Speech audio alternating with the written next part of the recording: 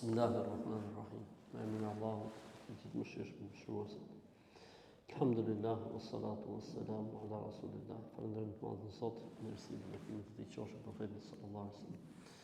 Babu at-takhiri fi as-sawmi fi al-fitr fi as-safar. Ka njeriu të drejtë të përzgjedh në udhtim mes agjërimit dhe mos agjërimit. Pra kjo është diçka që disa herë që po trajtohet. Pra njeriu kur është udhëtar ka të drejtë të plot edhe mos të agjërojë. Mund të agjërojë, mund të mos agjërojë. Nëna besimtarve Aisha radhiyallahu ta'ala anha tregon se Hamza ibn Amr al-Aslami i ka thënë pejgamberit sallallahu alaihi wasallam: "A asumu fi safar?"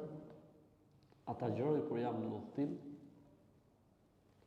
O kana kathira as-sawm, ky sahabi agjeron të shumë nafile.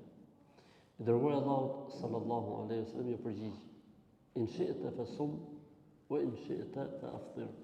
Nëse do agjëro, nëse do mos agjëro.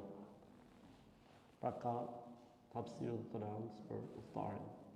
Pasi Zoti e jep shpërblimin si për veprat që ka pas bërë kur ishte resident.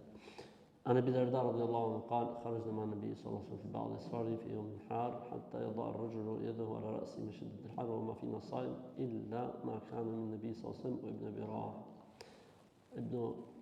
Abu Darda radhiyallahu anhu tregon, kemi dalë thot një herë me udhtim me pejgamberin sallallahu alaihi wasallam, dhe dita ishte aq e nxehtë saqë njeriu e vinte dorën e tij mbi kokën e tij për shkak të nxehtësisë.